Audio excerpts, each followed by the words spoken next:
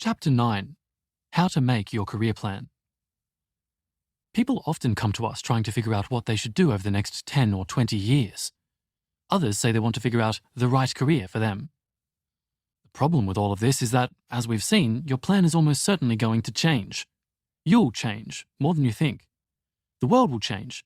Many industries around today won't even exist in 20 years. And you'll learn more about what's best for you. It's very hard to predict what you're going to be good at ahead of time. In a sense, there is no stable, right career for you. Rather, the best option will keep changing as the world changes and you learn more. Many people we've advised would never have predicted the job they've ended up doing. Long-term planning could even be counterproductive. There's a risk of becoming fixated on a specific plan and failing to change your plans as your situation changes. All that said, giving up on planning and setting goals probably isn't wise either. As Eisenhower said, plans are useless, but planning is essential. Having some idea of where you'd like to end up can help you spot much better opportunities to advance. In fact, if you want to have a big positive impact, we'd argue that planning is even more important. Many of the highest impact roles require specialist career capital you're unlikely to get by accident, such as connections to people in biosecurity or expertise in particular technical skills. Likewise, getting to the top of many fields often requires decades of focused effort. This is the planning puzzle. Most plans will radically change long before they're completed, but we can still benefit from having them.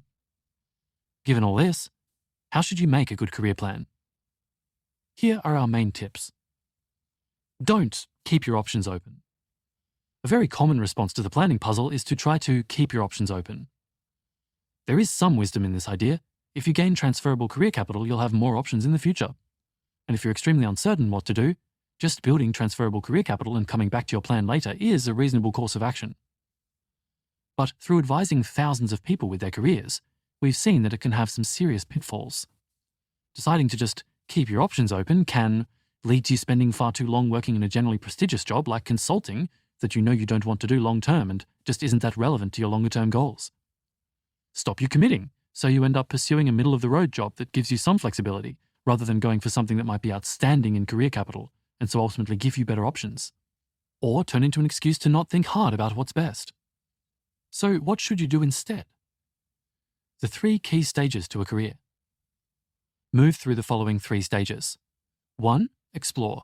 Take low-cost ways to learn about and test out promising longer-term roles until you feel ready to bet on one for a few years. Most likely to be the top priority ages 18 to 24. 2. Build career capital. Take a bet on a longer-term path that could go really well by building the career capital that will most accelerate you in your chosen path, but with a backup plan. Age 25 to 35. And 3. Deploy. Use the career capital you've built to tackle pressing problems and bargain for a job you find personally satisfying. Age 36 and up. And then keep updating your plan every 1 to 3 years as you continue to learn more and the world changes. Career capital, exploration, and of course the impact of your work are always going to be relevant to every career decision you face throughout your career. But your focus should change over time. The stages last different amounts of time for different people. If you're especially uncertain about what to do longer term but feel like you're learning a lot about where to focus, you might stay focused on exploration for longer. Or just build transferable career capital and figure out your vision later. Or someone mid-career who's made a dramatic career change might shift back to exploration. If you've already hit diminishing returns on career capital, you might move to the deploy stage faster, and vice versa. And if you think work on your chosen problems is especially urgent, which many people think is the case for AI safety, and the opportunities around today are better than those that will be around in 10 years, that's a reason to skip to the deploy stage, even if you'll be less well prepared for it. Next, we'll look at some more ways we recommend going about career planning, while taking the uncertainty involved seriously. Have a longer-term vision. Although the future is very uncertain, we think for most people it's helpful to have at least a vague idea of where you'd like to end up longer term. This is your vision.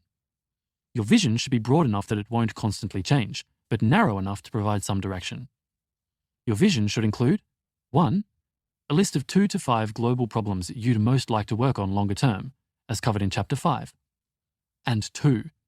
A list of 1 to 5 roles or types of work you'd like to aim towards, as covered in Chapter 6.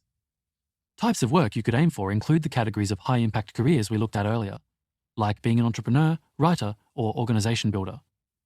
Longer term could mean anything from 5 to 25 years. Just pick a time frame that makes sense to you. If you've done the exercises in previous chapters, you should have a short list already. Here's an example. Megan was studying in Beijing when someone suggested she take a look at 80,000 hours. After reading our guide, she decided that she wanted to work on reducing existential risks, and in particular the risks from AI and nuclear war. She had spent some time doing research in academia, but she felt that academic work in her field, international relations, was unlikely to provide her with a high-impact career path. So her best guess was to aim for a career path in government and policy. Her vision, if all went well, was that she could become an expert in multilateral relations and then advise key players on multilateral agreements around AI. Your vision may feel much more uncertain than this, though, and that's fine. You only need a rough idea to help spot opportunities and guide your exploration. As we've covered, finding the best career for you is a step-by-step process, so you'll update your vision every couple of years, adding or removing options from your list and making the items more specific. For example, you might start looking at organization building roles and later focus on becoming a PR specialist. A common mistake is to obsess about which longer-term options seem best in the abstract. So once you have a rough idea of longer-term options, turn your attention to generating ideas for concrete next steps. Spend longer planning your next steps. Ultimately, the decision you need to make is what to do next. Thinking about your vision is useful, but only because it helps to guide that decision. Your next step could be a new job, but it could also be a course or a new project.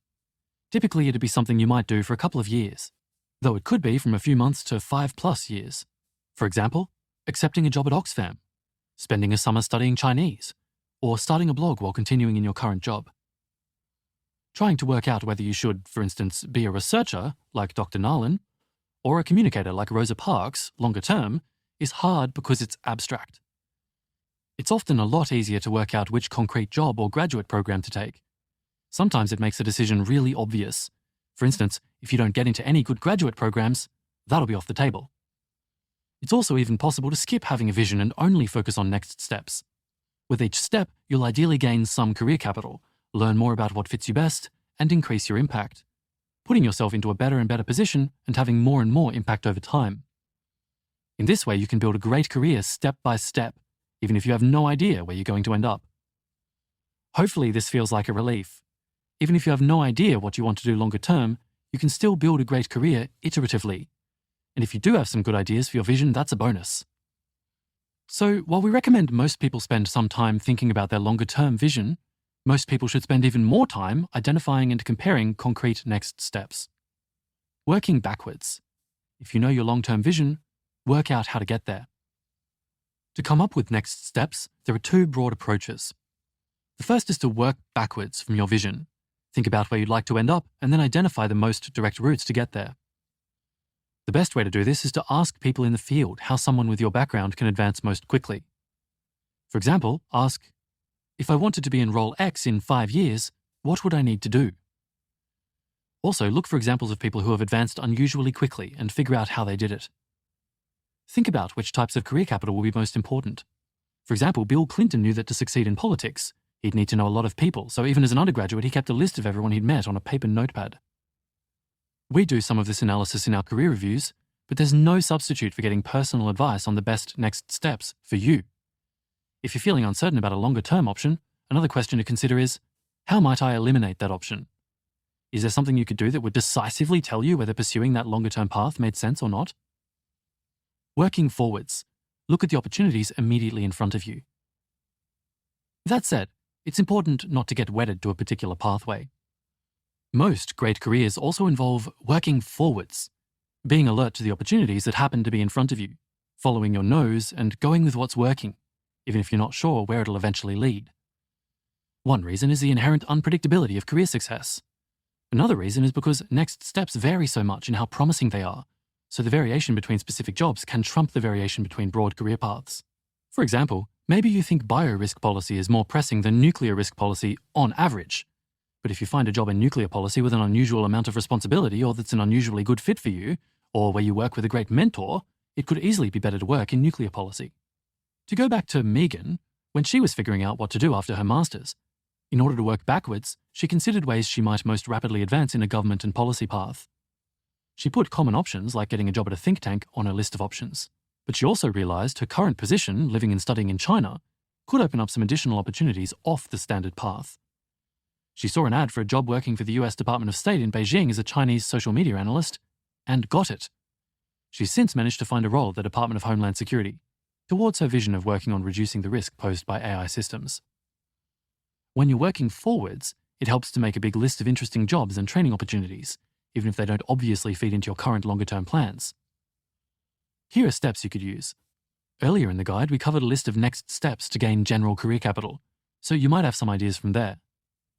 Ask your friends, colleagues, people working on pressing problems, and people you admire what opportunities they know about. The best opportunities are usually found through people you know. Check out the jobs listed on our job board. Do any of them seem interesting? Are there any opportunities, areas to learn about, side projects, or people you feel especially excited about right now? Is anything you're doing right now going better than expected? Could you spend more of your time on that? Many opportunities also only emerge after you start looking. So one of the most useful strategies is to simply pursue lots of specific jobs and make lots of applications. We often come across people agonizing about different longer-term paths, whereas if they'd simply made applications, the next step would have become obvious.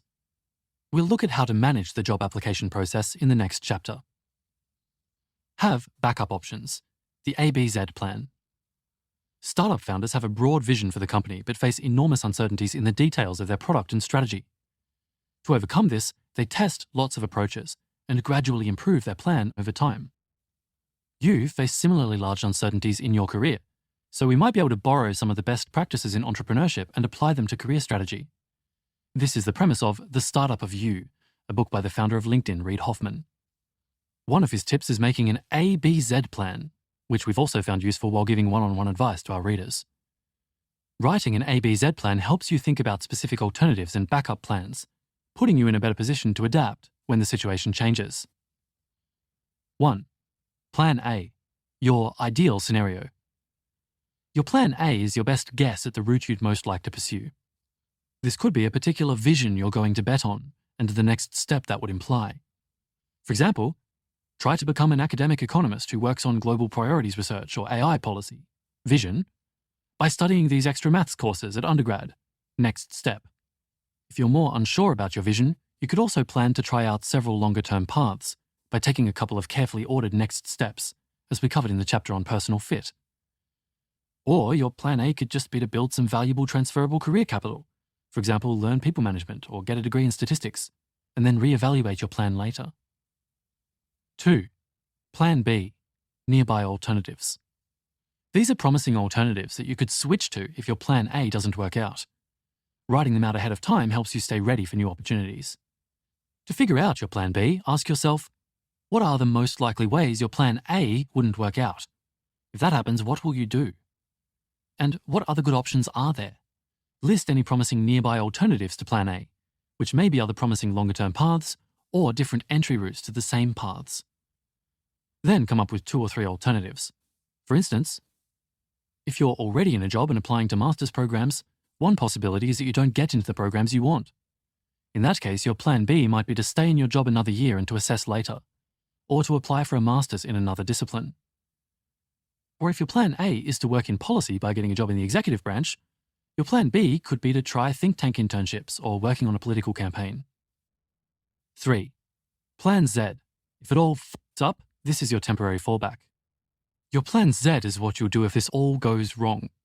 In other words, if your A and B plans don't work out, what will you do to pay the bills until you can get back on your feet?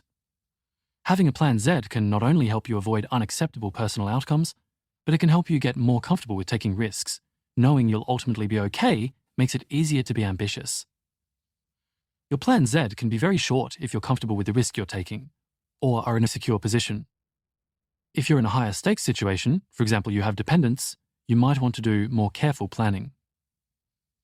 Some common examples are sleeping on a friend's sofa while paying the bills through tutoring or working at a cafe, living off savings, going back to your old job, moving back in with your family, or taking a job you find relatively undemanding.